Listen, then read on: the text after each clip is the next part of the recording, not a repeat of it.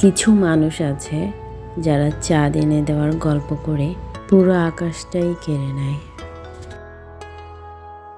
তারা স্বপ্ন দেখিয়ে বাস্তবতাটাকেই ভেঙে দেয়।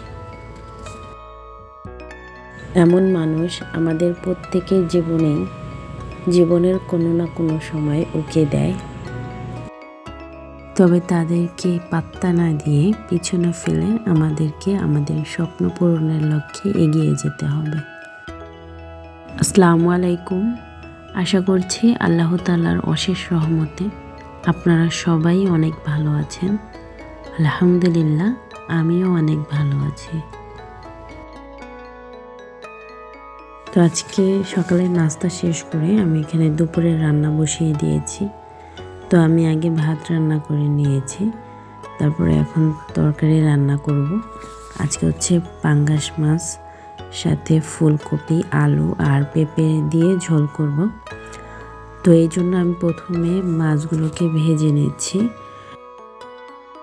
আর এই কথাটা আমি আমার প্রায় প্রত্যেক ভিডিওতে বলে থাকি, মাছ ভাজা বা যে কোনো রান্নার শুরুতেই প্রথমে কড়াইটাকে ভালোভাবে গরম করে নিতে হবে। ভালোভাবে গরম করে তারপরে তেল দিতে হবে, তাহলে কিন্তু মাছগুলো আর ভেঙে যাবে না বা নষ্ট হবে না, আর কষ্টও হবে না উল্টিয়ে দিতে। তো আমি ভালোভাবে কড়াইটা গরম করে নিয়ে তারপরে মাছ দিয়ে দিয়েছি। আর এখানে হচ্ছে আমি ফুলকপি, আলু আর পেঁপে কেটে নিয়েছি। ভাত রান্না বসিয়ে দিয়ে তারপরে এগুলো কেটে নিয়েছি। তো এখন আমি এই ফুলকপি, আলু আর পেঁপে দিয়েই তরকারিটা রান্না করব। আর এখন হচ্ছে বাজারে শাক সবজি তরি তরকারি সব কিছুরই কিন্তু অনেক দাম। আলু 100 টাকা কেজি, তারপর ফুলকপি 100 টাকা কেজি, আর পেঁপে কত সেটা জানি না, কারণ পেঁপে হচ্ছে আমাদের ঘেরের থেকে আনা। তো তারপরেও খেতে তো হবেই, যতই দাম হোক না কেন, খাওয়া তো আর ফিরে থাকবে না। তো আমাদের গ্রামের মানুষের কিন্তু তারপরও একটু সুবিধা আছে, কারণ অনেক শাক সবজি তরি তরকারি নিজেরাই ফলানো যায় জায়গা থাকলে আর একটু পরিশ্রম করতে পারলে। আর সেই সাথে টাটকা টাটকাও খাওয়া যায়, ভেজালহীন নির্ভেজাল। তো আমি এখানে মাছ রান্না করার জন্য প্রথমে মশলাগুলোকে ভালোভাবে কষিয়ে নিয়েছি, এরপরে হচ্ছে সবজি দিয়ে দিচ্ছি। তো এগুলোকে ভালোভাবে নেড়ে চেড়ে দেব, তারপরে ঢাকনা দিয়ে ঢেকে দেব এগুলো কষানোর জন্য। আর যে কোনো রান্নায় কিন্তু মশলাটা ভালোভাবে কষানো হলেই সেই রান্নার স্বাদটা দ্বিগুণ বেড়ে যায়। আর মশলা ভালোভাবে কষানো না হলে তরকারিতে কিন্তু কাঁচা মশলার একটা ফ্লেভার আসে, তখন ওটা খেতে ভালো লাগে না। তো সবজিগুলো ভালোভাবে কষানো হয়ে গেলে এতে দিয়ে দিতে হবে আগে থেকে গরম করে রাখা পানি। আর এখানে কিন্তু ঠান্ডা পানি ব্যবহার করলে তরকারির স্বাদটা নষ্ট হয়ে যাবে।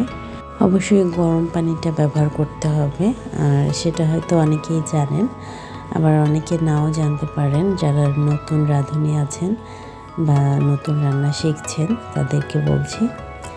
তো এরপরে দেখলাম তরকারিতে কিছু শাক পাতা দিয়ে দিই।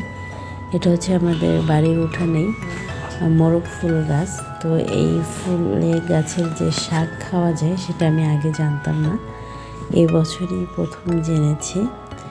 তো খেয়ে দেখলাম বেশ ভালোই লাগে, খারাপ লাগে না। আল্লাহ তাআলা আমাদের যেসব নিয়ামত দিয়েছেন তার প্রত্যেকটাই কিন্তু আমাদের উপকারে আসে, কোনোটাই ফেলানো জিনিস না। আল্লাহ তাআলা যা কিছু সৃষ্টি করেছেন পৃথিবীতে সব কিছুই মানুষের উপকারের জন্য, মানুষের জন্য। আর মানুষ আর জিনকে সৃষ্টি করেছেন তার ইবাদতের জন্য, কিন্তু আমরা তার কতটুকু করতে পারি। তো আল্লাহ তাআলা আমাদের সবাইকে তার ইবাদত করার তৌফিক দান করুক, আমিন। তো তো শাকটা সেদ্ধ হওয়ার পরে এরপরে দিয়ে দেব ভেজে রাখা মাছগুলো। তো মাছগুলো দিয়ে এরপর আমি ঢাকনা দিয়ে জাল করব প্রায় 7-8 মিনিটের মতো। তো সবশেষে অবশ্যই তরকারিটা চেখে দেখতে হবে লবণটা ঠিক আছে কিনা, সব কিছু ঠিক আছে কিনা। তো সব কিছু ঠিক থাকলে তারপরে এই তরকারি নামিয়ে নিতে হবে। তো এই তো 7-8 মিনিট পরে এই আমার তরকারির এই চেহারা। তো আমার তরকারিতে লবণ টবণ সবই দেখে নিয়েছি, সবই পারফেক্ট হয়েছে। এখন আমি নামিয়ে নিচ্ছি। তরকারিটা কিন্তু আসলেই অনেক মজার হয়েছিল।